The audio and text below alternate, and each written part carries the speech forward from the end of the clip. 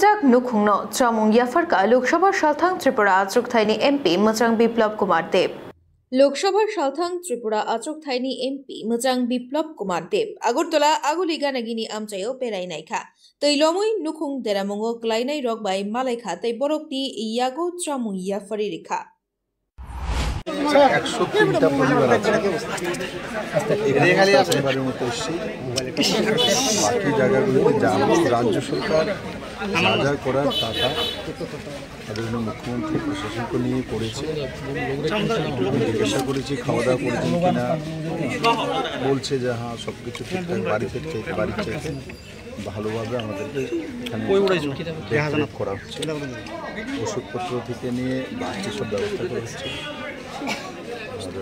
বাকি রাজ্য সরকার press release জারি করেছে পুরো রাজ্যব্যাপী কী স্থিতি আছে আপনারা অবগত আছেন যে এতটা টিম করা 18টা টিম করা হয়েছে তারপরে এতগুলো যে শেল্টার ক্যাম্প রয়েছে তার মধ্যে মোটামুটি 2800-র কাছাকাছি ফ্যামিলি এসছে ত্রিপুরার বিভিন্ন জায়গায় বিশেষ করে মেইন তো ওয়েস্টে হাওড়া নদীর জলের কারণে আর এবার মরশুমটা একটু তাড়াতাড়ি চলে এসছে নাহলে এটা এখন ড্রেনের কাজগুলি চলছে ওই সময় কারণ কি এটা বৃষ্টিটা আসে আমাদের এখানে জুন এবার মেয়ের লাস্টেই চলে এসছে যাই হোক প্রকৃতির সম্বন্ধে কিছু করা যাবে না কিন্তু রাজ্য সরকারের তরফ থেকে এবং আমাদের বিভিন্ন কর্পোরেটর এমএলএ বিভিন্ন সরকারি অধিকারী সবাই লেগে আছেন এখানে শুধু দেখলাম সরকারি অধিকারীও এখানে মজুত রয়েছেন কর্পোরেটর রয়েছেন মন্ডল প্রেসিডেন্ট রয়েছেন সবাই মিলে মানুষকে যতটা সাহায্য সহায়তা এই সময় করা যেতে পারে রাজ্য সরকার এবং আমাদের জনপ্রতিনিধিরা করছে। স্যার একটা জিনিস জানতে চাইবো সাহায্য তো করছে শেল্টার হাউস তো হয়েছে সেখানে মানুষ আসছে কিন্তু একটা জিনিস দেখা যাচ্ছে যারা সাধারণ নাগরিকরা রয়েছে শহরের ক্ষেত্রে আপনারা যখন সরকারে এসেছিলেন তখন একটা প্রশ্ন ছিল যে পূর্বের যারা সরকার ছিলেন অর্থাৎ বামফ্রন্টের যে নিকাশি ব্যবস্থা সেটা অবৈজ্ঞানিক ছিল এখন এই মুহূর্তে আপনাদের সরকারে স্মার্ট সিটির যে প্রজেক্ট চলছে সেই প্রজেক্টে যে কাজ হচ্ছে সেই কাজে যে ড্রেনেজ সিস্টেম যে কভার ড্রেনের কথা বলা হচ্ছে সেই কভার ড্রেন নিয়ে এখন সাধারণ মানুষের একটা অভিযোগ আসছে যে এই কভার ড্রেনগুলো বা স্মার্ট সিটির প্রজেক্ট অবৈজ্ঞানিকভাবে চলছে সাধারণ মানুষের এই অভিযোগ এ কারণেই এই মুহূর্তে শহর বানভাসী আরও বেশি হচ্ছে সবাই বৈজ্ঞানিক না এই তো প্রবলেম ইঞ্জিনিয়ারদের কাজ করতে আমি প্রথমে বললাম যে এবার বৃষ্টিটা সময়ের আগে চলে এসে এখন আপনি ঘুরে দেখুন সমস্ত জায়গায় ড্রেনের কাজ চলছে স্বয়ং চিফ মিনিস্টারের বাড়ির সামনে গিয়ে দেখুন ভিডিও করুন দেখান ওনার বাড়ির সামনে ড্রেনের কাজ চলছে তো স্বাভাবিকভাবে কাজগুলি যখন চলছে অনেকে প্রশ্ন করতে পারে বর্ষা সিজনে এই সময় কেন ধরলেন এবার বর্ষা সারা ভারতবর্ষের মধ্যে 1 মাস আগে এসছে পুরো ভারতবর্ষে শুধু ত্রিপুরা রাজ্যে আসে তো মৌসুম বিভাগের কাছে সংবাদ 6 মাস আগে থাকেন তো স্বাভাবিকভাবে কাজগুলো অনেক আগে টেন্ডার হয়ে গেছে কাজগুলো শুরু হয়ে গেছে আর সেই কারণে বিভিন্ন হচ্ছে আর ওই সরকারে কী করেছে আর এই সরকার কী করেছে এটা এখন সময় না এটা পাক্কা প্রথম মুখ্যমন্ত্রী আমিই হয়েছিলাম যেখানে 3-4টে পাম্প লাগানো হতো সেখানে 20 থেকে 25টা পাম্প লাগানো হয়েছে তারপর স্মার্ট সিটিতে যেভাবে রোড বনমালীপুর আমারই এরিয়া সেখান থেকে এমএলএ ছিলাম 20,000 কোটি টাকার উপর খরচা করেছি স্মার্ট সিটি সেই পয়েন্টগুলিতে হোক সেখানে জল নিকাশির ব্যবস্থা হোক সবগুলিতে করা হয়েছে আগে তো ড্রেন মাত্র কোনো কিছু ছিলই না আর যে ড্রেন ছিল সেগুলো যদি ইনকোয়ারি করতাম তার মধ্যে বাঁশ আর যেগুলো দিয়ে রেখে দিয়েছে এগুলো তো জলে যেত না আজকে দেখুন রামনগর থেকে যে সিধা বর্ডার চক্করে যাচ্ছে কত বড় চওড়া ট্রেন রাস্তার বরাবর ট্রেন করা হয়েছে তো সেভাবে স্বাভাবিকভাবে বিভিন্ন জায়গাগুলি যে লোকাল যে ড্রেনগুলো এখন করা হচ্ছে বড় ড্রেনগুলো কমপ্লিট হয়ে গেছে আগে লোকাল যে ড্রেনগুলো যেগুলো বনমালীপুর মনে করেন সাইড দিয়ে এক একটা নাম্বার 1 ধলেশ্বর 1 ধলেশ্বর 2 এই যে এগুলো এখন করা হচ্ছে সেই কারণে জলটা নামতে একটু অসুবিধা হচ্ছিল আর হঠাৎ করে জলটা এসে আগরতলা বরাবরই এমন কিন্তু হ্যাঁ তার জন্য আগরতলা এমন রাখা হবে তেমন নয় তার জন্যই এখানে ত্রিপুরা সরকার বিজেপি সরকার আসার পরেই এখানে রাউন্ডিং আমরা রিং রোড তৈরি করছি সব কাজ চলছে রিং রোড তৈরি করার পর জল নিকাশনের ব্যবস্থা ওইখান দিয়ে কীভাবে করবে ড্রেনেজ ওখান দিয়ে রাউন্ডে বেরোবে এখন শুধু কাটাকাল দিয়ে বেরোতে হবে হাওড়া নদী ফুল হয়ে গেলে বাংলাদেশ দিকে যেতে চায় না এটা আগরতলা একটা নিচু জায়গা বিশেষ করে আমার বনমালীপুর আর প্রতাপগড়ের একটা পার্ট আর রাধানগর একটা পার্ট, এটাই এফেক্টেড বেশি হয়, বাকিগুলো তত একটা এফেক্টেড হয় না। তো স্বাভাবিকভাবে শুধু আমাদের এখানে হয়েছে না, পুরো নর্থ ইস্টে অন্যান্য জায়গাতে আমাদের চাইতে বেশি হয়েছে। মেঘালয় এত উঁচু মেঘালয় হয়ে গেছে, আসামে তো ব্রহ্মপুত্রের কারণে হচ্ছে। তো প্রকৃতির সঙ্গে মোকাবেলা করা যায় না। আর এই জায়গাটা নিচু জায়গা, তার জন্য হচ্ছে হ্যাঁ জলটা তাড়াতাড়ি বেরিয়ে যাক তার ব্যবস্থা আমরা নিশ্চিত করেছি। 2019-এই যখন বনমালীপুরে আমি ছিলাম, জল এসেছিলো 2-2.5 ঘন্টার মধ্যে জল চলে গেছে। তখন পাম্পগুলো নতুন ছিল, ড্রেনেজ ব্যবস্থা হয়ে যাচ্ছিল। এখন আমরা ছোটো ছোটো ড্রেনগুলোকে ধরেছি, যেগুলো ওই সময় ধরা হয়নি, সেই কারণে একটু অসুবিধা হয়েছে। বরমুরায় একটা আপনার সময়কালীন একটা বাঁধের নির্মাণের একটা পরিকল্পনা হচ্ছে, এটা এখন কি অবস্থায় আছে? এটা আদৌ হবে কি শহরবাসীকে বাঁচানো?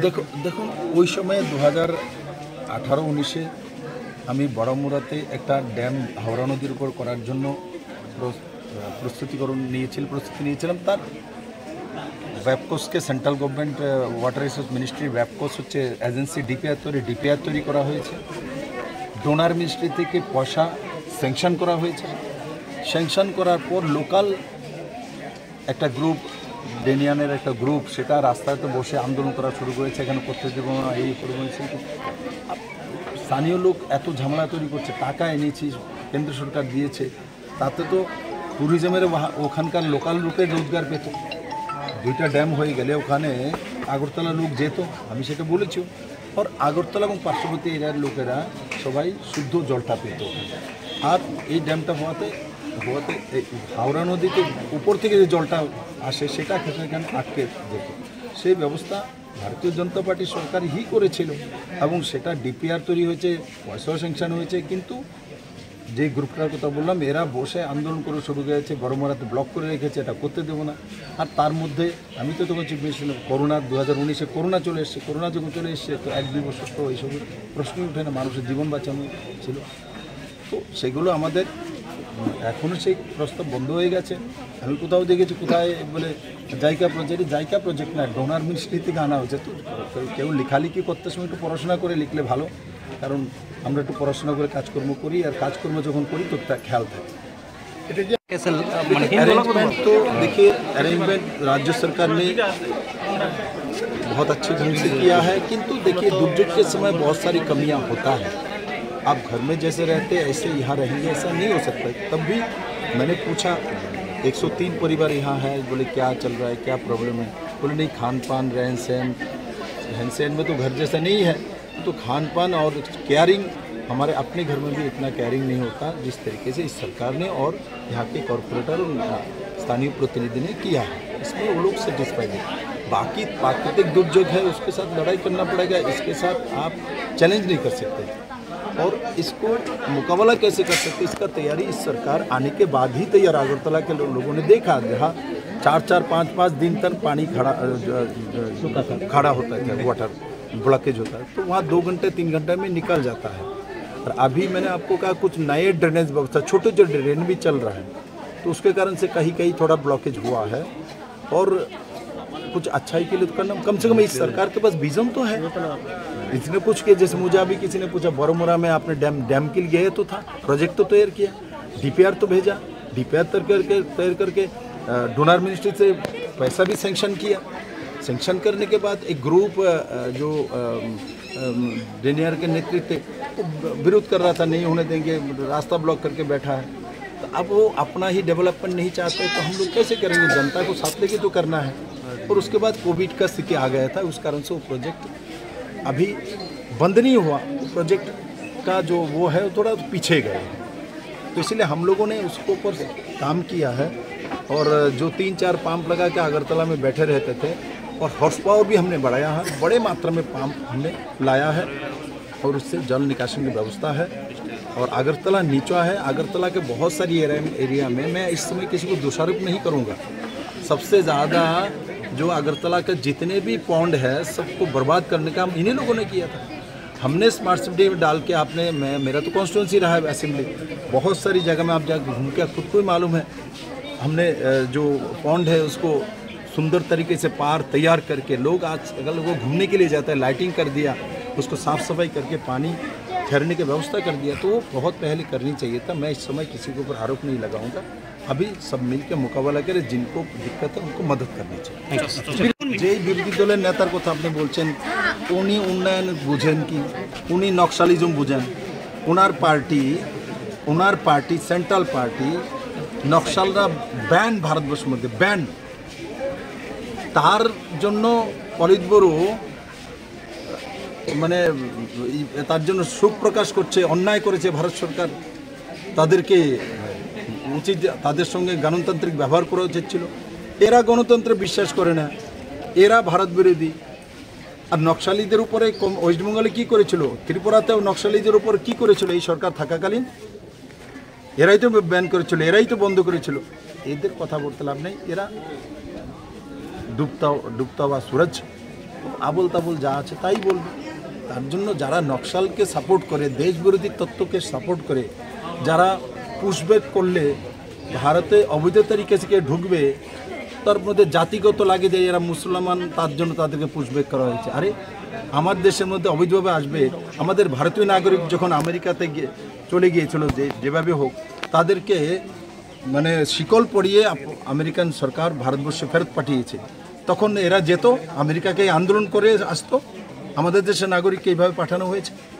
তো এদের কোনো ভারতবর্ষের প্রতি মায়া দেওয়া আছে, মানুষের প্রতি মানুষ এরা চলছে যত বেশি বরবাদ করা যায় তত বেশি এদেরকে আরাম। এই মানসিকতা নিয়ে এরা কাজকর্ম করে। এদেরকে মানুষ চেনে, এদেরকে মানুষ 2018-তে তার জন্যই বিদায় করেছিল, যে 35টা বছরের শাসন করেছিল, তার পরিণতি কী মানুষরা জানছে। দেখুন, আমি তো ফ্লাইটে ছিলাম, নামার পরে সোশ্যাল মিডিয়াতে দেখেছি। আমি একবার জিজ্ঞাসা করব, মুখ্যমন্ত্রীও পাটনাতে আজকে সকালে কোনো একটা কাজের জন্য গিয়েছেন, ওনারও নলেজে আছে। আর মহারাজ প্রদীপ কিশোর মানিক্য এখন বাইরে আছে, দেশের বাইরে আছে। তবে কথা বলবো যে এই বিষয়গুলোতে আন্দোলনে কিছু সমাধান হয় না, টেবিলে বসেই সব কিছু সমাধান।